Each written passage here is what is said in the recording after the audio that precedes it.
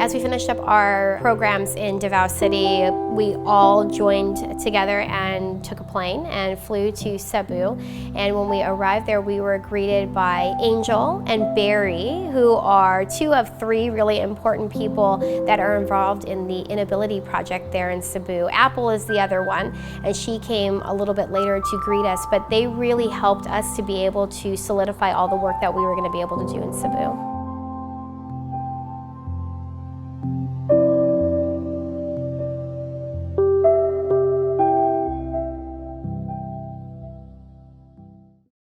I'm Angel Brianes, and I am the Vice President of Inability Project. The Inability Project is a program based initially in Cebu, but they serve the whole island of Cebu, giving different kind of rehabilitation therapies, OT, occupational therapy, PT, physical therapy, to children who may not otherwise have access to those kinds of therapies and treatment. So they go into villages and communities and they provide therapeutic care at no charge to any of the families. I decided that we will have the outreach more outside the city area because I think it's where the kids needs help.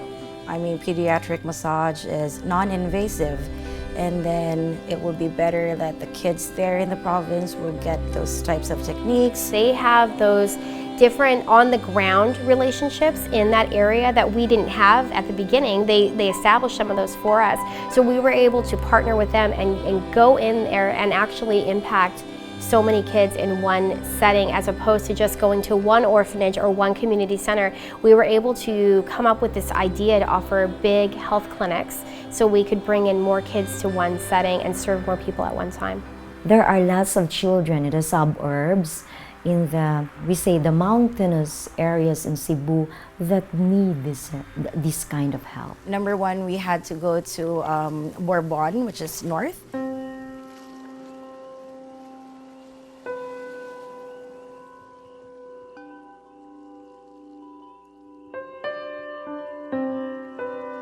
We traveled from Cebu City and we went into the mountains. We went to Bourbon, and it was really interesting because it's a very rural area. A lot of the people there just don't have access to the same kind of care that we would take for granted. These families came down from the mountain, and many of the kids had cerebral palsy or clubfoot, other things that had they been in the States, they would have been receiving medical and therapeutic attention since the time they were tiny.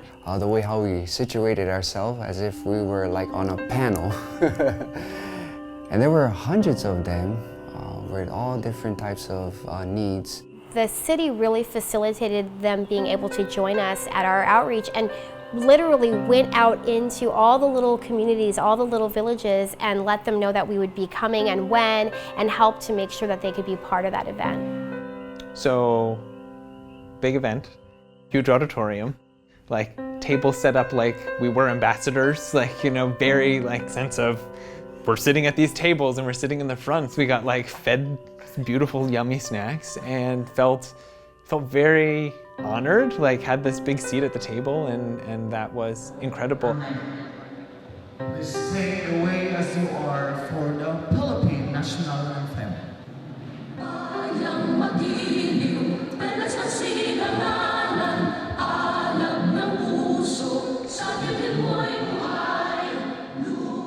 And when we were introduced, they were excited because they applauded us that we were able to teach them how to become self-reliant. Are you excited to be here? Yes! We got to interact with a variety of ages. We had a little bit of morning stuff going on, which I kind of just moved around and worked with a bunch of different people, as well as parents, caregivers, that kind of thing. I do remember this little girl, and I can't remember her actual age, but I think she was like 7 or 9. I had introduced myself as a father, and I was able to connect with them and let them know that I too am a father. I have 3 little princesses that I love so much, and I could connect with this individual. My biggest memory from there is doing a huge massage train with the kids. So we were up on the bleachers, and Ange and I just had about 15 kids or so. I think they're our entire class, And we just had them up there doing like massage stories and like putting cheese on their backs and like making salad and tossing salad, and it was just, they love it. They were giggling so much. Watermelon, watermelon, papaya, papaya, banana, banana, banana, banana, fruit salad, fruit salad. Initially, we started off in groups, with there was 2 other teammates in the group, and we were going to do a group lesson. And I looked over to my left, and I saw a boy with cerebral palsy, and he couldn't sit on the chair. And so I looked at his mom, and I said, I kind of wanted to make sure that I was correct in my observation, and I said, can he sit up? And she was trying to, but he was kind of falling over a little bit and didn't have the strength or the capacity to actually hold himself up. But you could tell that she really wanted to learn, and he really wanted to receive. He met Otis, and he fell in love with Otis. He just kept asking for Otis the whole time, and so Otis came up and joined us.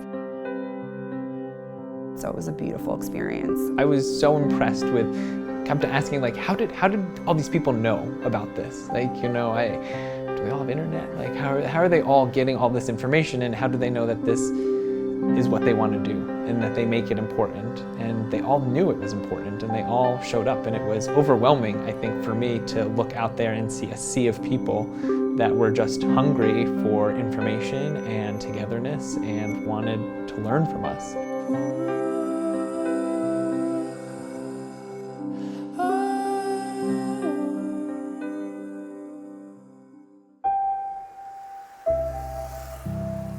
I got the feeling that people were less fortunate. It's sort of like a lot of shanty towns we sort of come across. You would see literally sheet metal as a roof, or woven baskets made for walls, or just everything was lined of laundry. It's been interesting to see some parts of the country which is beautiful and lavish and green and mountainous that I personally don't get to see at home. But at the same time, I've seen a lot of stuff that's pretty sad, looking at people living on the streets and babies from block to block to block, and you can't imagine how these people are surviving. Definitely something that's different here is the discrepancy in socioeconomic class.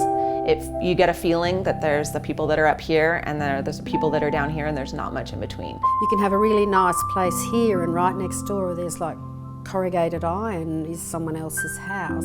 There's a pretty big gap between those people who seem to be kind of what we would consider like an upper class kind of of population or family, and those people who are living essentially more in what we would say would be shacks, who don't really have all of the first world amenities. I come from a place where I've been in the middle my whole life. So seeing that kind of discrepancy is really, really hard. That's been a big difference. But one really cool thing about it is all the kids that we worked with are happy, and they just had like this heart that was just amazing. And that's something that I think is in the culture, just this heart for loving life and loving other people. Just really, really happy with what they had, and just friendly and joyous. If you would encounter anybody from any different role in that society, that was really pretty awesome.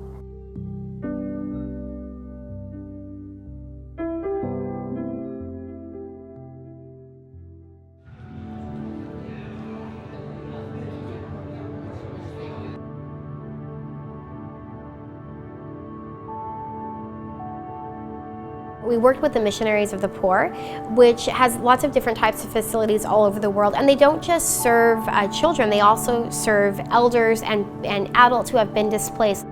The Missionaries of the Poor takes in people that really don't have anywhere else to go. They haven't got any family and they don't have another home. There's lots of similarities between the way that at the end of life you really would benefit from the same kind of nurturing and care, and you need that help just like you do as an infant. And in society we sometimes forget that just the same way that a child needs to be cared for, so do other people as they come to the later stages of life.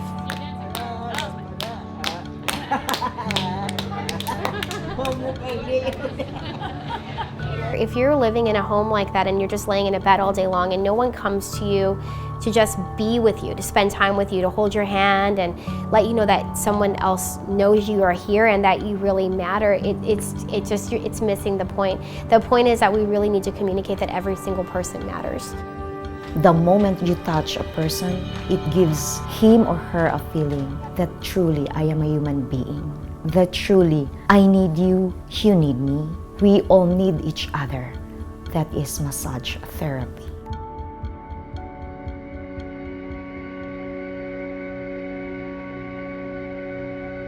So in Cebu, we went to a more sort of traditional type orphanage called Liddle Lambs, and it was for kids with disabilities, most of whom had pretty severe medical complications. A lot of these children were in different cribs. I massaged a kid at one moment who was 7 years old, and the next bed over a 22-year-old.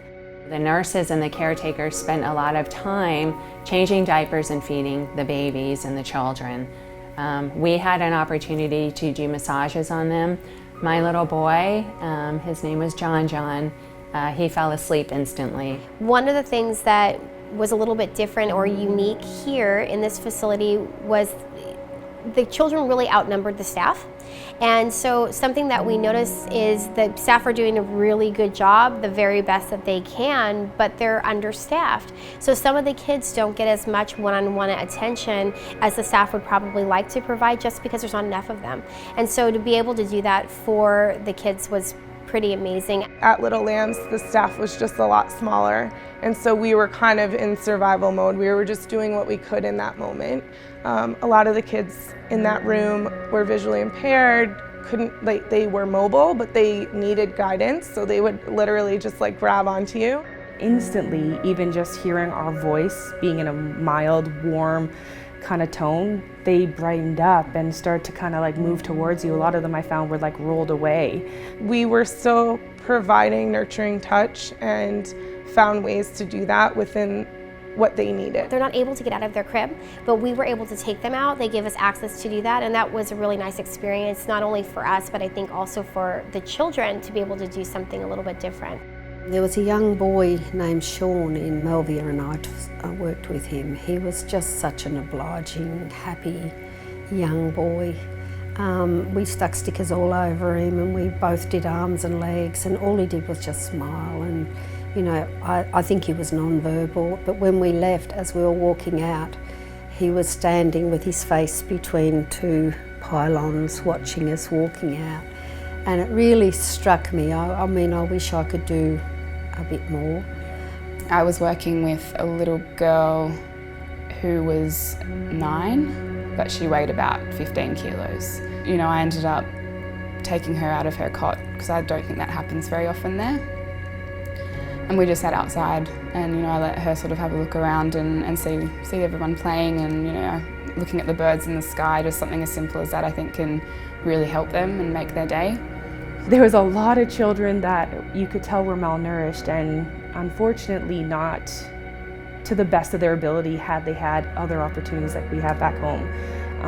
But at the same time, I'm glad we could help even for this much, because some of these kids were standing and walking, and if nothing else, they were smiling and they were laughing a little bit and, you know, making noises of joy. Even though at Liddle Lambs they seem to have fewer staff than you might see at other places, they're obviously very devoted and caring. They have a huge gate that is on the entire sort of compound of Liddle Lambs, but they open the gate and they let all of the kids that are in the community, that might be kids with families, they may or may not have families. There are a lot of children that live on the streets in the Philippines, and so they let all the kids, no matter where they come from, come in and use their playground as a place where they can gather and play, to allow the kids a really safe place to play and just be kids. So they're not worried sitting on the street, what am I going to do next? They actually just go and spend the day playing with other kids, which is what kids are supposed to do.